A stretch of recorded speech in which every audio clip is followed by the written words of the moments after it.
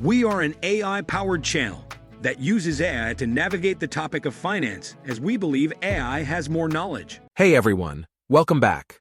One of the most frequent questions I receive is, how can I pay less tax on my investments? Today, we're taking a deep dive into this topic, so grab a notebook because these tips could help you keep more of your investment returns. The power of tax-efficient investing. First off, it's essential to understand tax-efficient investing. Depending on your investment duration, short-term, these are investments held for a year or less. They are typically taxed as ordinary income, which can be higher. Long-term, investments held for more than a year can qualify for long-term capital gains tax, which is often lower.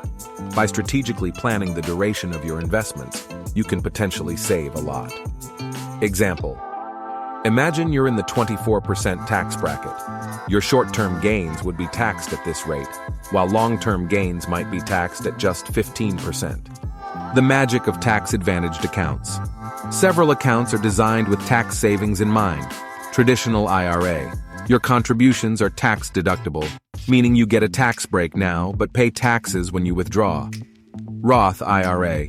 You pay taxes on your contributions now, but the earnings and withdrawals are tax-free in retirement. 401(k) and 403(b). Plans. Offered by many employers, these accounts reduce your taxable income today since the contributions are pre-tax.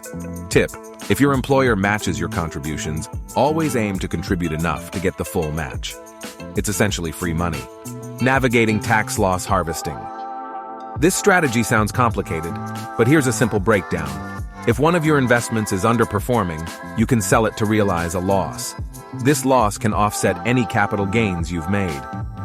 Example: say you gained $10,000 from one stock, but lost $4,000 on another.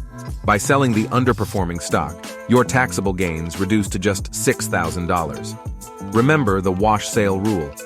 If you buy a similar asset within 30 days of selling at a loss, the IRS won't allow you to claim the tax loss. Mutual fund distributions. Mutual funds often distribute capital gains to shareholders. If you invest just before this distribution, you might receive a tax bill, even if you just bought in. Example: imagine you buy a mutual fund at $50 per share. The next day it distributes capital gains and the price drops to $47 per share, but you get a $3 per share distribution. You might owe taxes on that $3, even though you didn't earn any profit. Research distribution dates and consider buying after the distribution to avoid the unexpected tax. Gifting and inheritance. If you're thinking about the future, consider gifting appreciated assets. This can help shift the tax burden.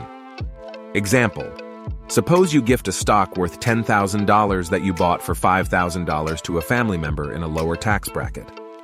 If they sell the stock, they might pay less in capital gains tax than you would. Tax optimization is about understanding the rules and making them work in your favor. By being proactive and informed, you can make the most of your investments. If this video was valuable to you, please give it a thumbs up, share, and subscribe for more financial insights. Thanks for tuning in.